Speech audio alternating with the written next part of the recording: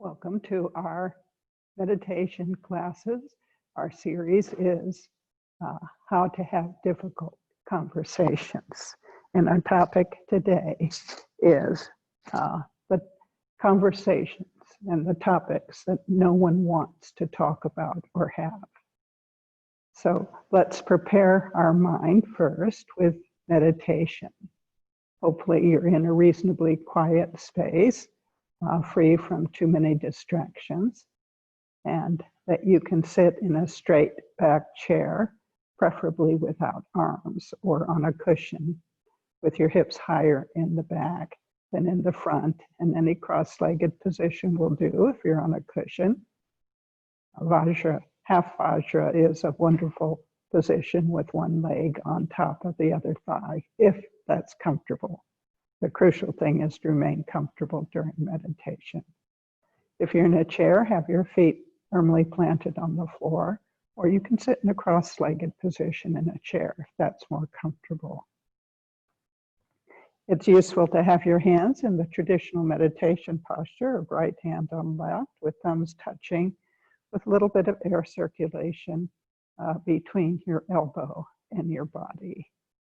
This helps in summertime, particularly, to reduce the heat and therefore our sleepiness. We can have our head well balanced over our straight back, tilted down just a little bit, with our eyes comfortably looking down the bridge of our nose, and being lightly closed or a little bit open if your eyelids are very stable and will remain in that position. It helps keep us more alert during meditation to have a little bit of light coming in. Also, place your tongue resting against the back of your upper teeth to keep your mouth moist during meditation.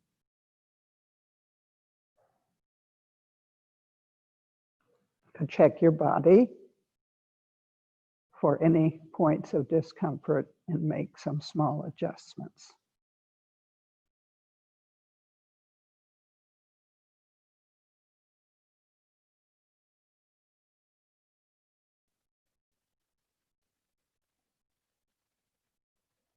It's very important to have a good motivation for meditation. To follow the steps of meditation, which are seeking and finding our object of meditation, which will be the feeling that our breath is making just inside the tip of our nose as we breathe completely normally and naturally. Once we find that feeling, we want to hold it in the center of our attention in a relaxed way, but remain focused on it throughout the meditation and ignore everything else that's also appearing to your mind. It doesn't matter that other things are appearing to your mind. We just simply want to ignore them. If by any chance you find yourself following a thought or a sensation, the moment you notice, release your attention from that thought and sensation and go back and seek and find the feeling that your breath is making just inside the tip of your nose. As you breathe naturally, hold it again in the center of your attention. Relax, but remain focused on it for as long as possible. It doesn't matter how many times you have to do that in any one meditation. You are training your mind to meditate and creating the causes for mental peace. So maintaining that meditation, try to place your awareness at your heart center, which is in the center of your body at the level of your heart. It's the location of your root mind. So you'll be able to observe your thoughts and sensations when you place your awareness in this location.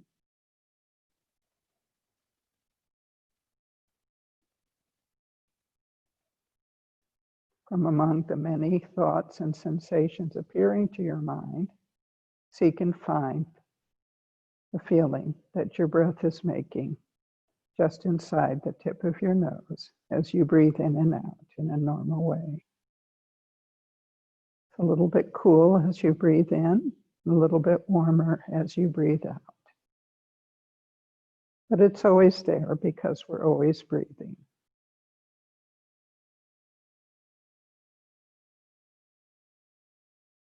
When you find it, hold it in the center of your attention and relax, but remain focused on it for as long as possible.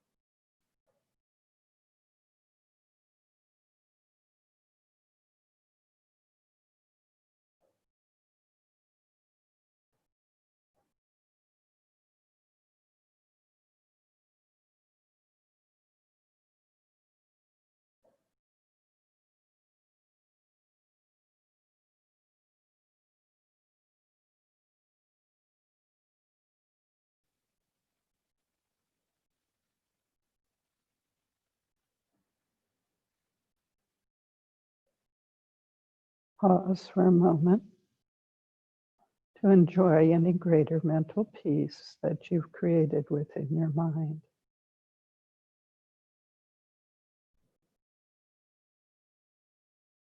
We can rejoice.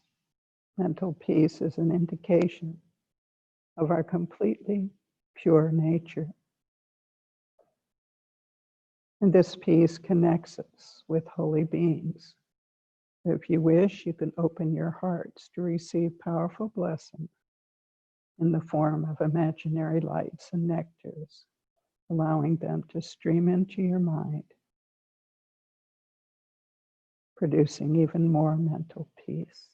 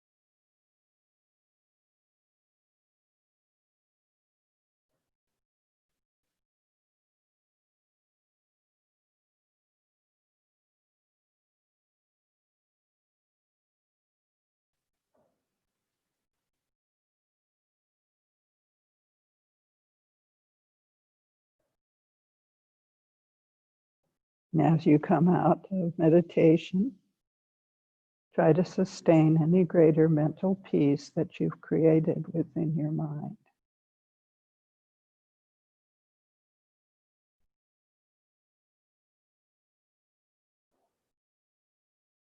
Welcome again. We have an endless source of mental peace if we remember to open our heart for blessings throughout the day and the night.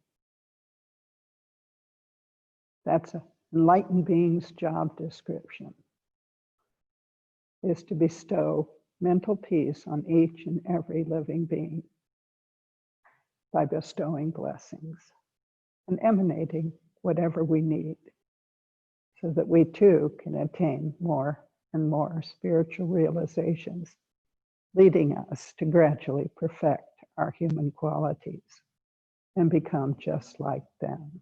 How wonderful that we have this precious opportunity.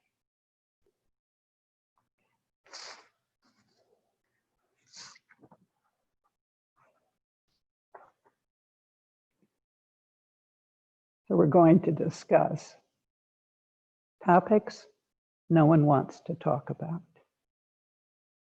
I bet you can name them. I'm going to address a few. So these are topics which are very difficult for most people to talk about.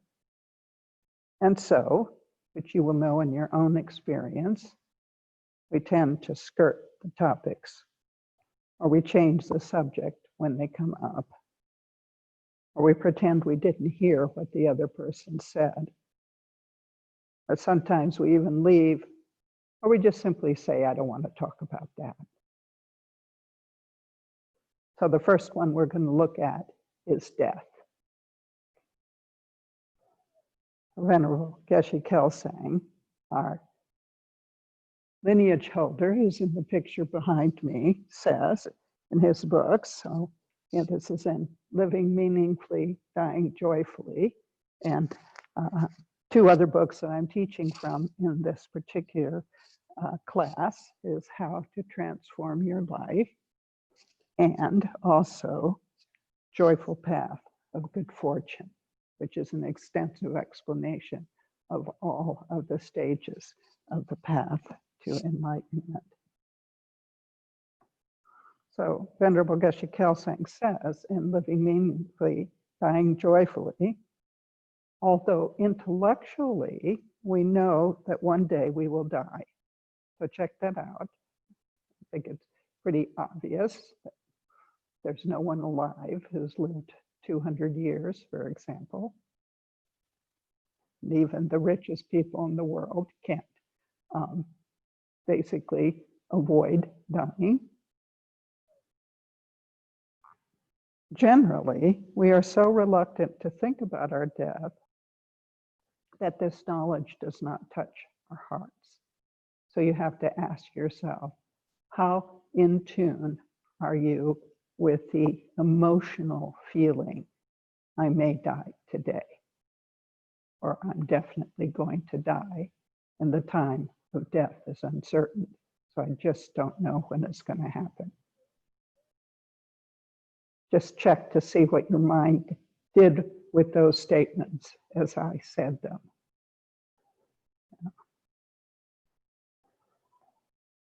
So most people don't want to hear that, and they don't want to think about it. He goes on to say, and we live our life as if we were going to be in this world forever. As a result, the things of this world, such as material possessions, reputation, popularity, and the pleasure of the senses, become of paramount importance. So we devote almost all our time and energy to obtaining them and engage in many negative actions for their sake. It's so sad, actually, when we think about it, how pursuing the uncontrolled desire that we have in our mind and feeling that somehow we're more important than others, that we pursue these things in a way that actually harm ourselves and harm others and creates so much negative karma and suffering for us for the future. You know?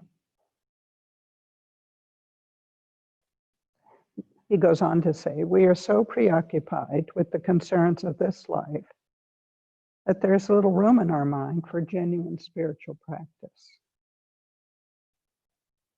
So with genuine spiritual practice, we can prepare for our death and prepare for our future lives in this life by following Buddha's teachings, and particularly by maintaining beneficial intentions and challenging every time that we have a negative thought. As the Okedampas would say, a vast spiritual practice is to harm our delusions, which are unpeaceful minds that make our mind uncontrolled and cause us to harm ourselves and others. To harm our delusions as much as possible and to benefit living beings as much as possible. When we do this, we stop creating negative karma, and we're creating a lot of positive karma, which then will produce good rebirths for ourselves in the future and help us along our spiritual path. It's so important that we really think about death because it fuels our genuine spiritual practice. This is true no matter what spiritual tradition you belong to. When the time of death actually arrives, we discover that through having ignored death all our life, we are completely unprepared. So you can just ask yourself, how prepared are you for your own death? How prepared are you for the death of those that are in your close circle?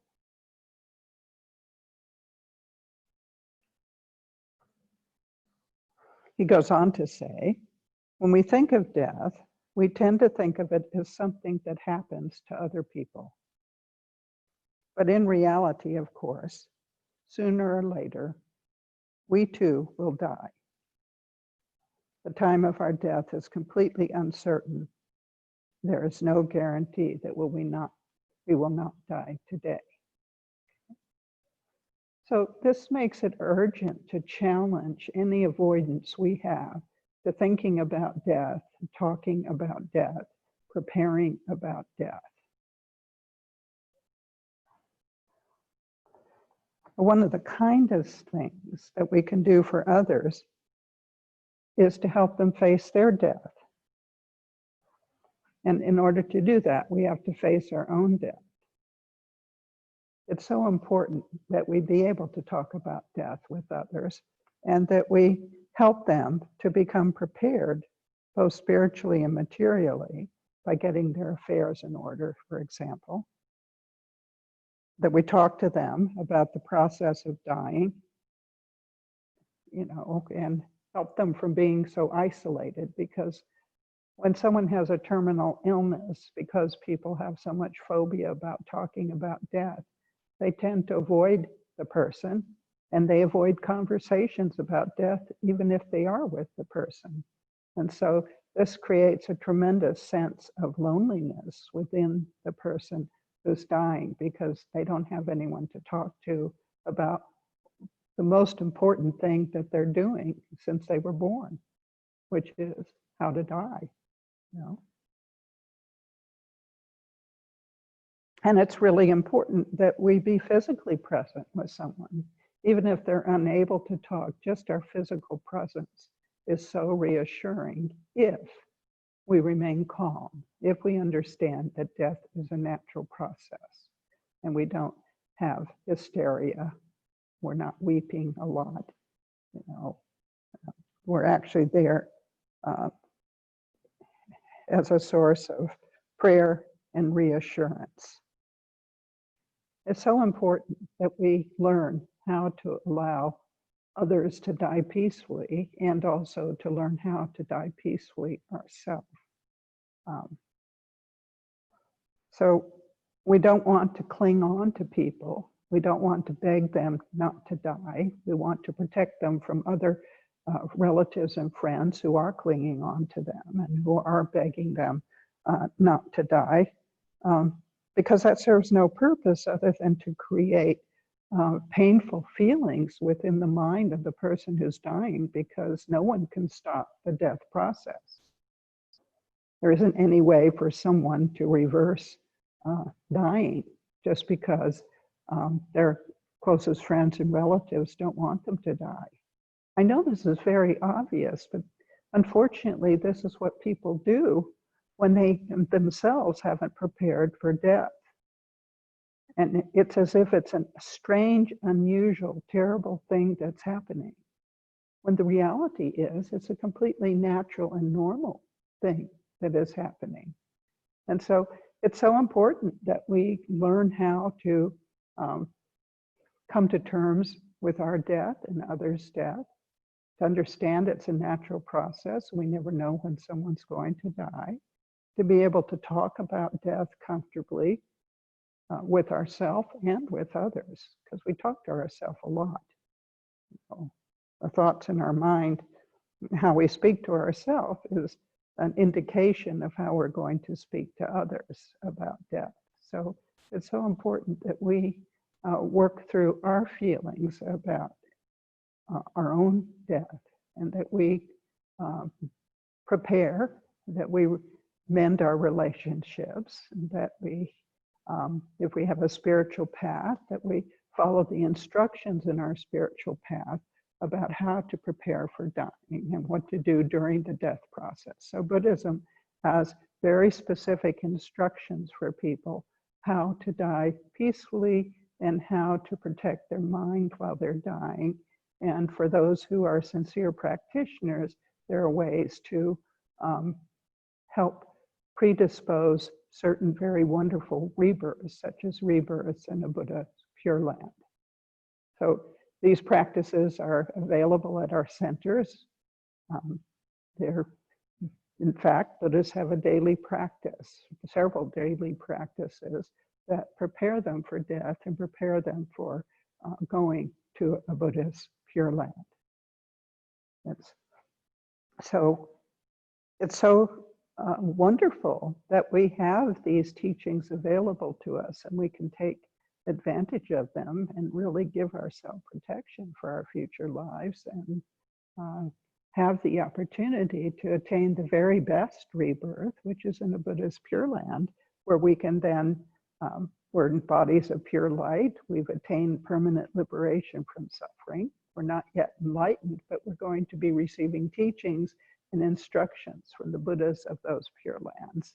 And so we're well on our way to enlightenment, and we'll be able to emanate back into the human world, for example, or other worlds, in order to continue our spiritual practice, but with many more realizations and so much more skill to help others. So how wonderful. But even if you don't have a spiritual belief system, it's still important to die peacefully, because dying itself is hard enough. And if we die peacefully, it makes it so much easier. And if we help our friends and relatives to die peacefully, it's so much easier for them, whether they have a spiritual path or not. And of course, we want to reinforce whatever their spiritual path is, not try to impose our own spiritual path on them, but help them in the context of their own beliefs to sustain hope as they're dying, and to practice in the way that brings about the result that they long for at the point of death. So it's so important that we basically really learn how to effectively help ourselves and help others. Venerable Geshe Kelsang says, from this, we can see how important it is to develop a happy and virtuous state of mind at the time of death. We can also see how we can be of great benefit to others when they are dying by encouraging them to develop a positive mind and creating for them conditions that will help them to generate good thoughts. That's our task when we're sitting with someone who's dying. In this way, we can bring measureless benefit to our friends and relatives, even if they have no interest in Buddha's teachings, or our own spiritual path. One of the greatest acts of kindness that we can show someone is to help them to die peacefully and with a virtuous mind. For if in this way they attain a happy rebirth, they will have attained the same result as someone who has successfully practiced some of the special Buddhist teachings called transference of consciousness, or POA. As many of you know, we have a POA ceremony every month where we transfer the consciousness of the deceased. And that means every deceased, not just a few deceased that we choose to transfer. But from a Buddhist point of view, we want everyone to attain a Buddha's Pure Land. And through the kindness of the Buddha of compassion, Avalokiteshvara, we transfer the consciousness of the deceased to the Pure Land of bliss. So what a wonderful place to end up after this life. Okay. So please think deeply about how you are approaching death in your mind. So we'll move on to another topic. Okay. So another topic that people avoid talking about is race. Okay. Particularly, they avoid talking about it with people of other races. There are many authors now who are writing books or articles about racial inequality, such as the book White Fragility. They're talking about how white people avoid looking at and talking about the various ways that people of color have been discriminated against. The historical facts make social injustice obvious. I think that's something very important for us to look at. One thing Buddhists do is simply look at the truth. And I think as is being elucidated more and more for us, if we pay attention to it, we can see how discrimination has been going on for hundreds and hundreds of years. So it's so important that we understand this. And even though individually, you may not think that you do not discriminate, okay? Because there's many examples in the book White Fragility about what white people say, thinking that they don't have any racial bias. But in fact, everyone's got some racial bias because it's part of the human condition to create groups. And we create groups according to characteristics, and then we're constantly related to our self-cherishing, putting people in groups of people we like and people we don't like, animals too, that we like and we don't like, because we discriminate terribly against animals. And also another group of people who we just don't care about because we don't know them and we feel they're not relevant to our life, and animals that we don't know and we feel are not relevant to our life.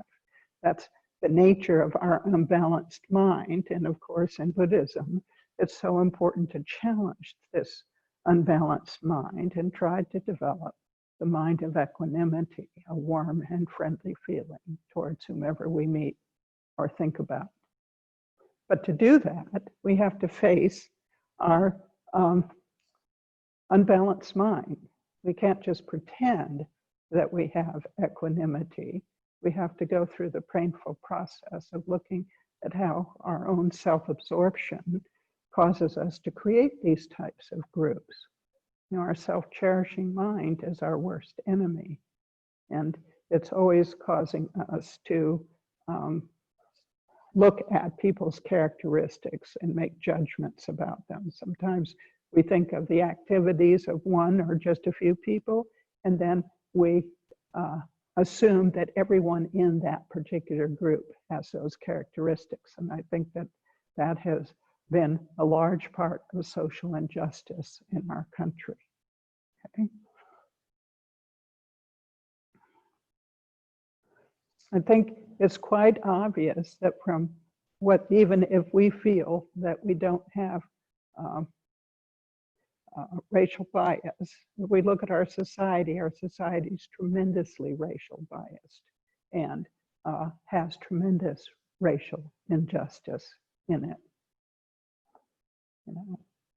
So all of this makes it very difficult for people of different races to have honest conversations about their different experiences, because people have completely different experiences depending on what race they're in. As a matter of fact, the whole concept of race is just simply, that's a construct. It's a construct that actually supports social injustice, because there's very little difference between people, you know, and the genetic difference between people is incredibly tiny. And in fact, the color of the skin probably just simply developed according to what part of the hemisphere one lived in the world, and because darker skin protects better against sunlight. But that has nothing to do with every other characteristic of the individual. But it has, because of the dominance of Western culture, which has been brought about through war, basically we have a huge amount of racial discrimination in this country and elsewhere in the world. Okay. And so this makes it difficult for people of different races to have honest conversations about their different experiences. And of course, fortunately for us, I think this has been in the forefront of our country, you know, and many people are demonstrating about this right now. And I hope that people are gaining more and more and more awareness of the social injustice that people of color are experiencing in so many different ways. So people are afraid to have conversations for a variety of reasons. The self-cherishing mind becomes preoccupied with trying to defend its position, such as various rationalizations for why I'm not a racist, okay? The white worldview is everywhere, and the self-cherishing mind says, this is how it should be if you are white. It is not what the self-cherishing mind says for someone who is from a different experience, such as African Americans have completely different experience as they try to manage in a predominantly white world. So the perspective of African Americans, Asians, and American Indians is quite different, and of course, there are other groups. People avoid conversations, fearing that they will become controversial or accusatory, or that they will use the wrong words, which the other person will find offensive. So I think that that's also a very difficult part of having conversations about these touchy issues, is that because we're thrust into different worldviews, we don't even know the language to use that the person from the other worldview won't find offensive. No. And I think this is something that makes it very difficult to have conversations unless you change the attitude of the self-cherishing mind, because the self-cherishing mind doesn't like to listen. It likes to be heard by people who like what is being said. But that's a very important point for us to challenge in our own mind, that we really want people to agree with us or like what we say. And that's not going to happen when we have discussions with people who have completely different experiences than we do. If we're trying to say that their experiences don't exist, they're going to challenge that completely, and rightfully so. So we need to challenge our obsessive self-concern and realize that this attitude of being the center of the universe is our biggest enemy. So we have to be able to put ourselves in others' shoes, as the saying goes. You know, we need to get outside of our own bubble and really gain an appreciation for what it's like for someone else. And of course, to do that, it's important that at least we try to do this with someone we know, because it's very difficult to do it with someone we don't know unless we're put in a social situation where that's going to be the topic of conversation, such as some type of group experience that's been, that is moderated, for instance. Okay.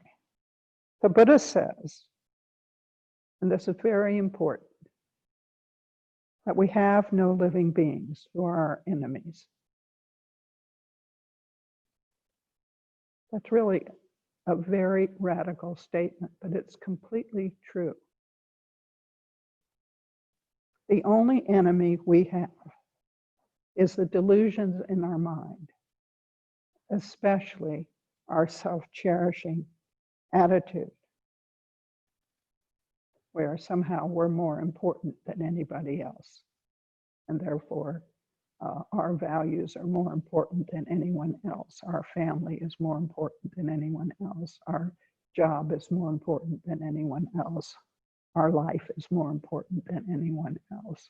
You know, our getting ahead is more important than anyone else, and so forth. Our self-cherishing mind is basically the cause of all of our uncontrolled desire and our anger, and is our biggest enemy, because it stops us from thinking about what's it like from someone who has a completely different experience than I do. And it says, that's their problem. It's not my problem. I have to take care of myself. It's not my job to take care of them. So the self-cherishing mind fools us because it's the source of our pain and suffering. It's the source of all of our negative actions, which are the source of our future suffering, both in this life and in future lives.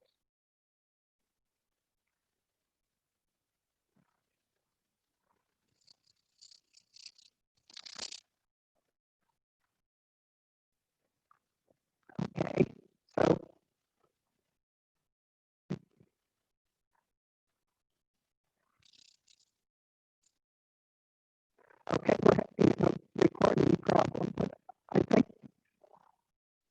oh, okay, I have to turn off the mic for a moment.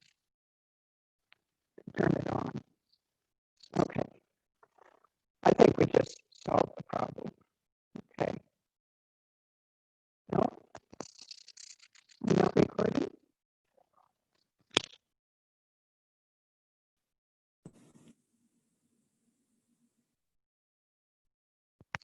Okay, I should be recording.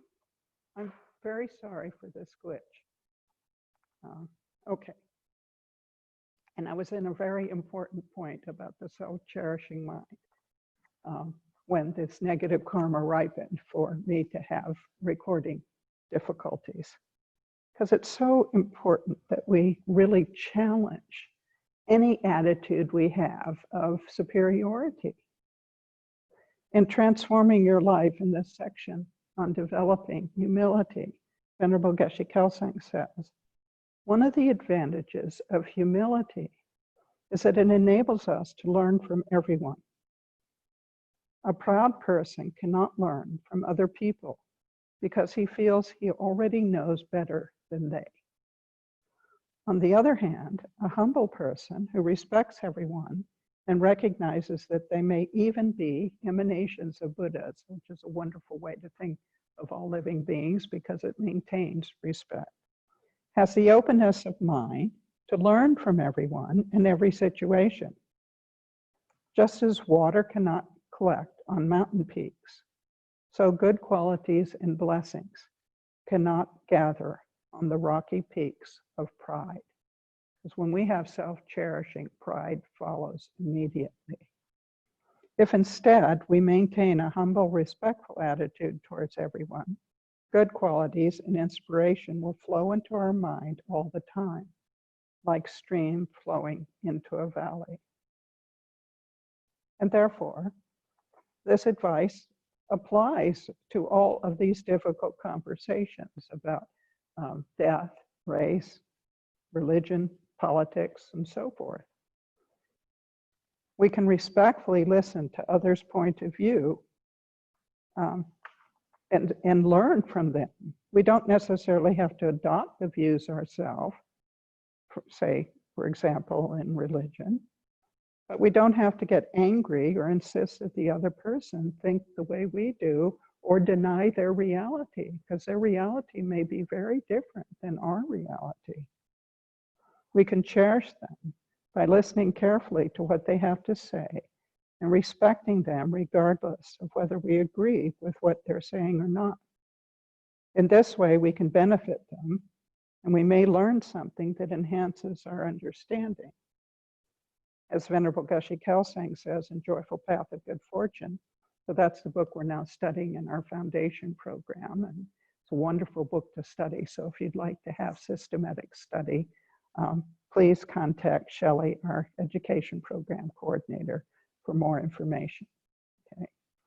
So he says in Joyful Path, when we help others, we should be tactful and sensitive. We should try to understand the other person's experience and point of view, and then offer help that is relevant to them and in such a way that they can accept it. We cannot help others if we attack their values and beliefs, or if we ignore their temperament and their personal circumstances. We have to adapt our own behavior so it suits the other person and make them feel at ease. We need both flexibility of mind and flexibility of behavior.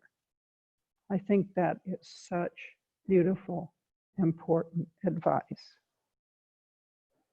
In ancient time, people with different beliefs would have debates, and the person who lost the debate and all their followers would then follow the person who won the debate because people were actually trying to find the truth.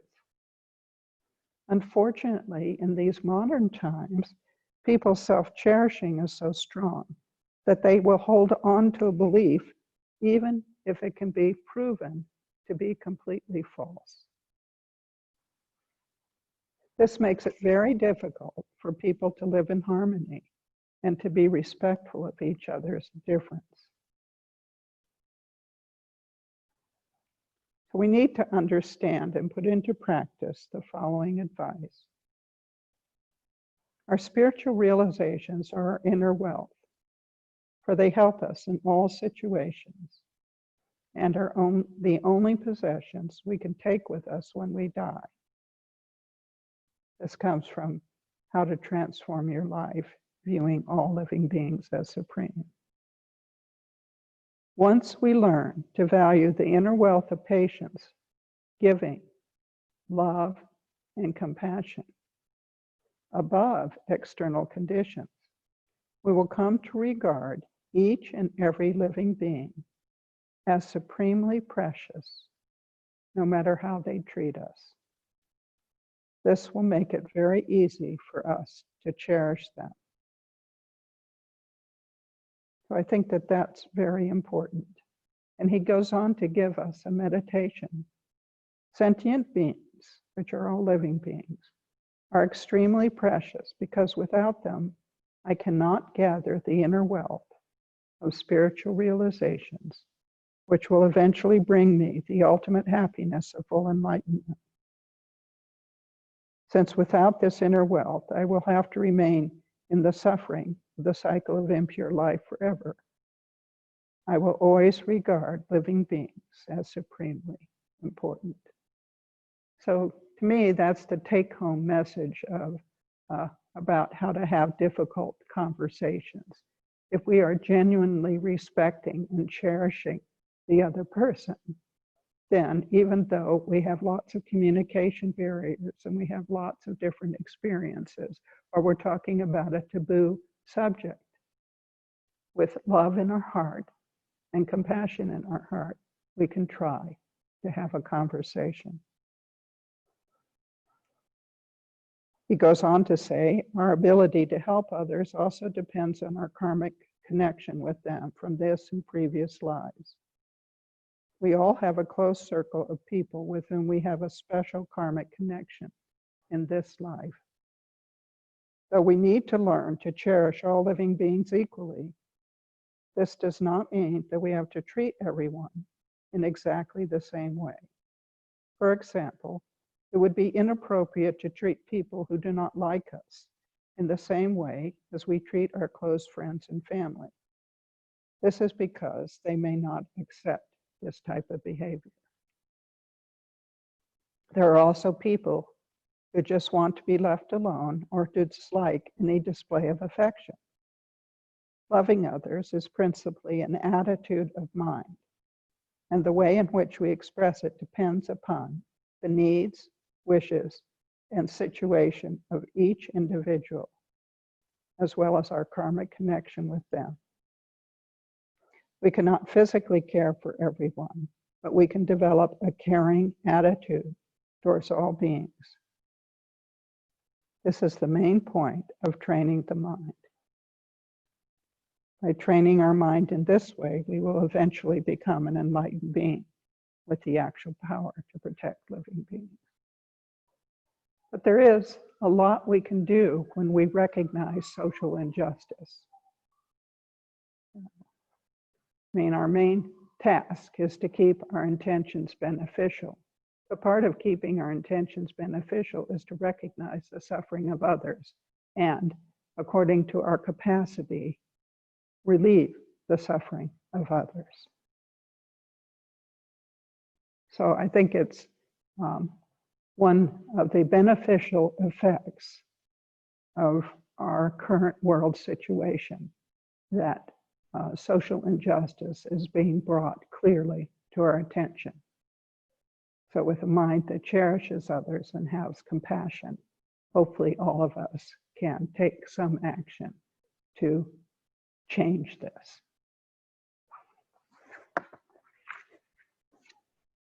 Okay, I think it's now time for liberating prayer and a meditation on this.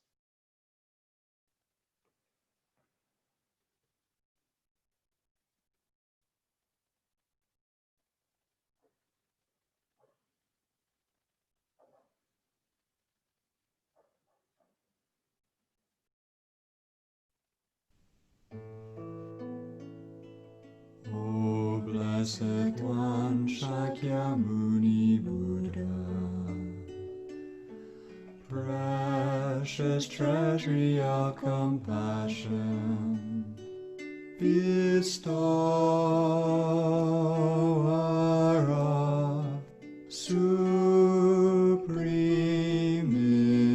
inner peace, you who love all beings without exception, are the source of happiness and goodness, and you guide us to the liberating path.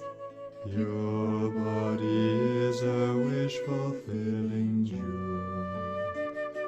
Your speech is supreme purifying nectar, and your mind is refuge for all living beings.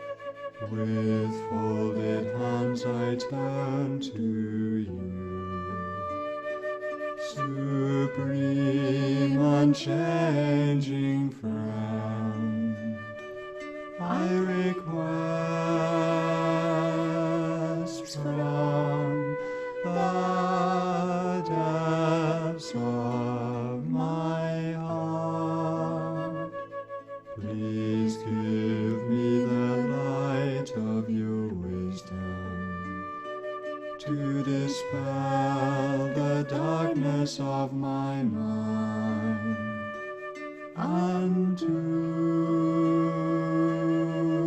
heal my mental continuum. Please nourish me with your goodness, that I in turn may nourish all beings with an unceasing banquet of delight. Through your compassionate intention, your blessings and virtuous deeds, and my strong wish to rely upon you, may all suffering quickly cease, and all happiness and joy be fulfilled, and may holy Dhamma flourish forevermore.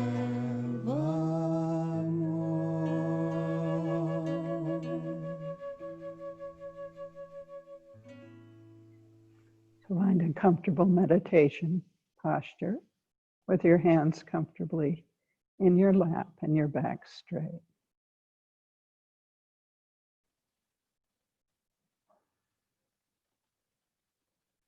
Look within your own mind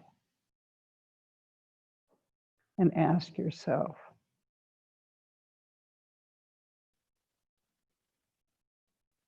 what are the topics that I try to avoid thinking about or having conversations about?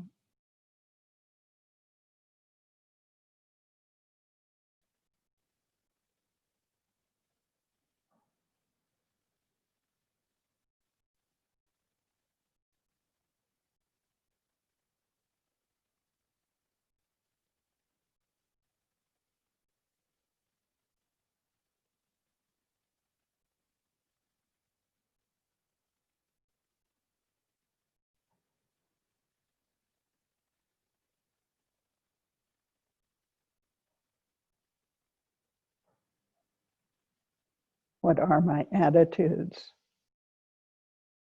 about death?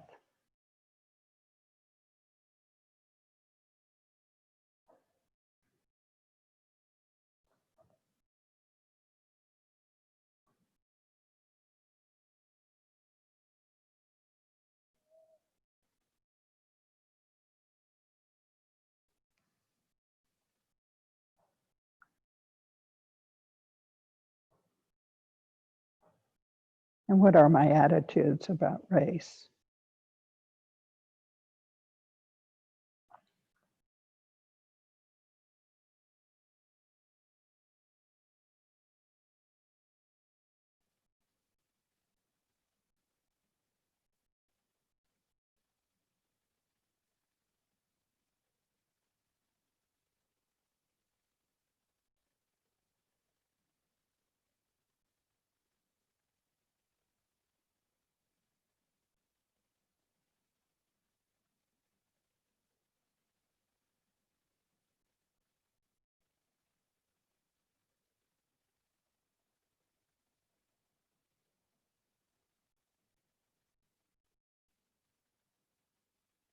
Are we avoiding thinking about difficult topics?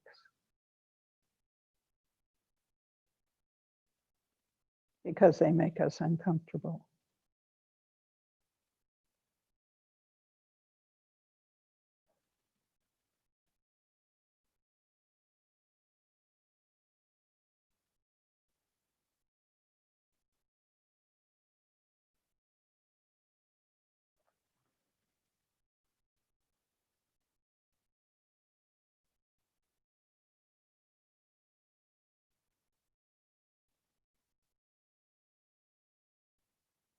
Are we reassuring ourselves with false platitudes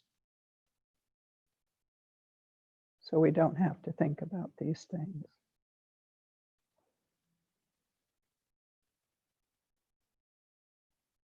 Such as,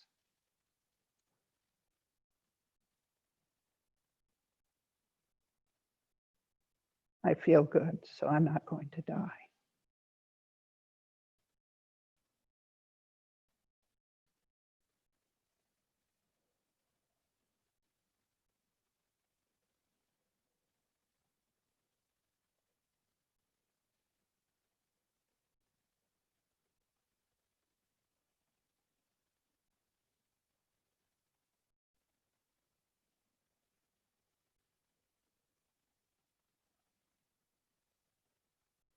Or I'm not racist because I don't see color.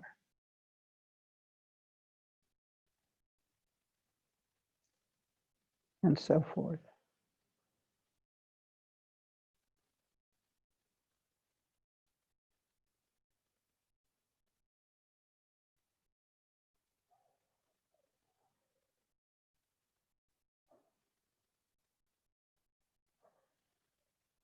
Our self-cherishing mind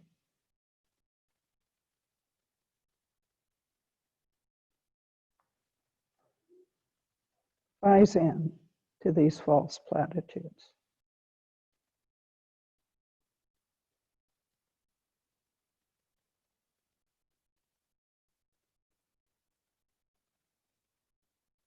For example, we can feel so important that we're a special exception to death. And so are our friends and relatives.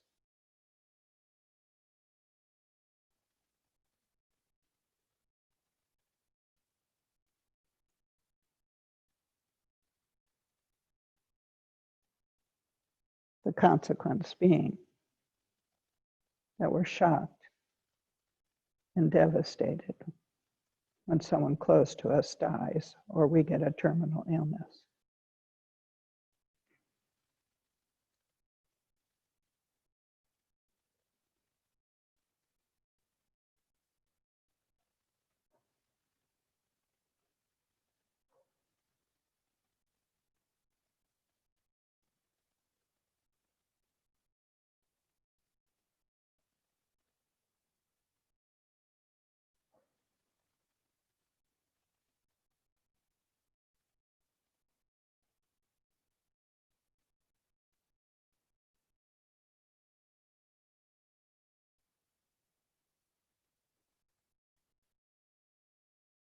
Or our self-cherishing mind has a platitude. There's no social injustice. Everyone has equal opportunity.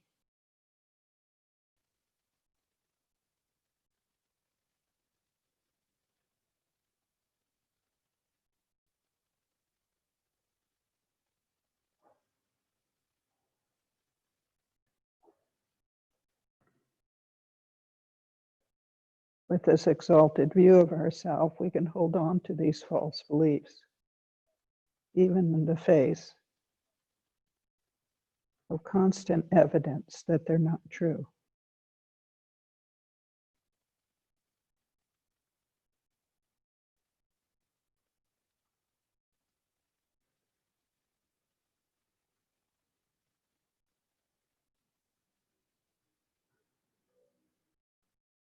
And these ideas naturally make it almost impossible to have conversations about these topics.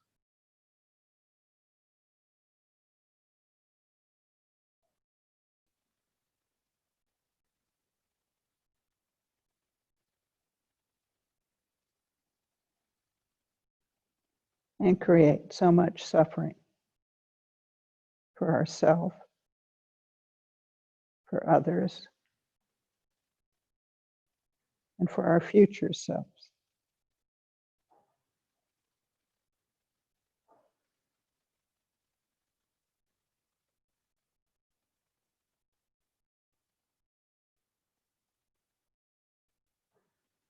By not facing the reality of death, we're not allowing ourselves to prepare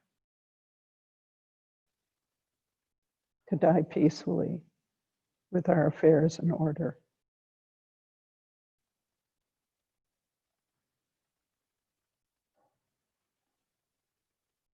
And to focus on spiritual development now, when we have the opportunity of this precious human life.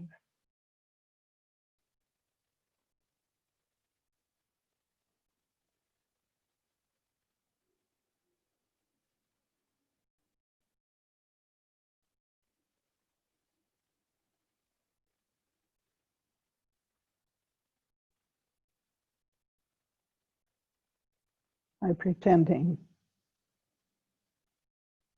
there's no social injustice,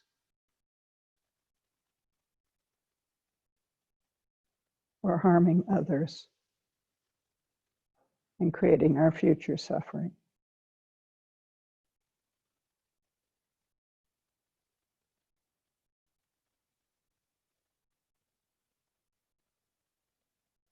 And we may be creating the causes according to the law of karma.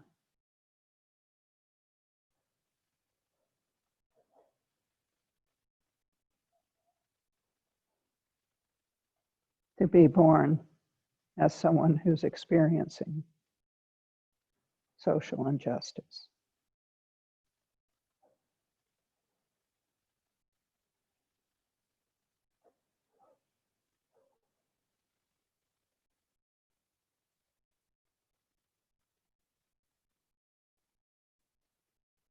It's so important to protect ourselves, to face the reality of these difficult topics.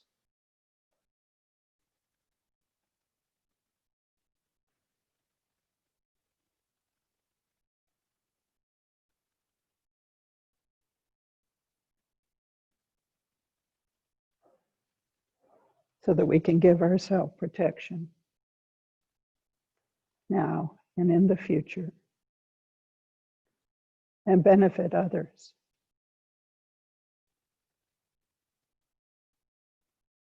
Through prayers, through conversations, through actions.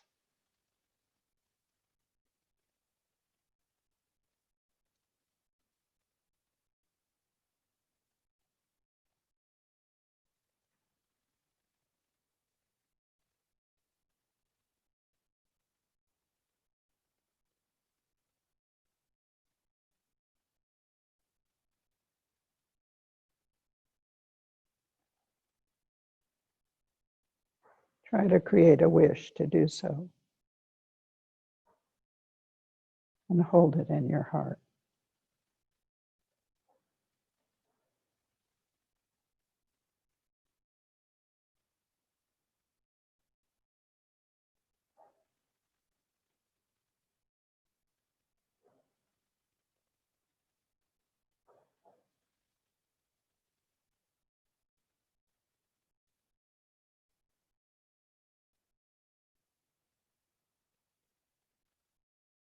focus on it to make it stronger, because we do what we wish to do.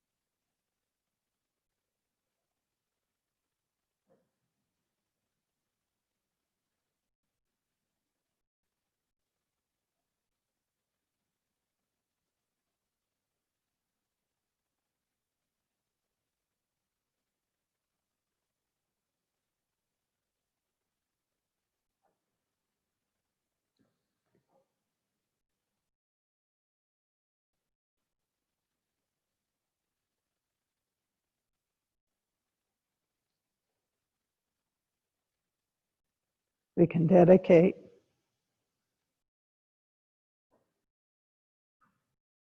so that we can chip away at our self-cherishing mind.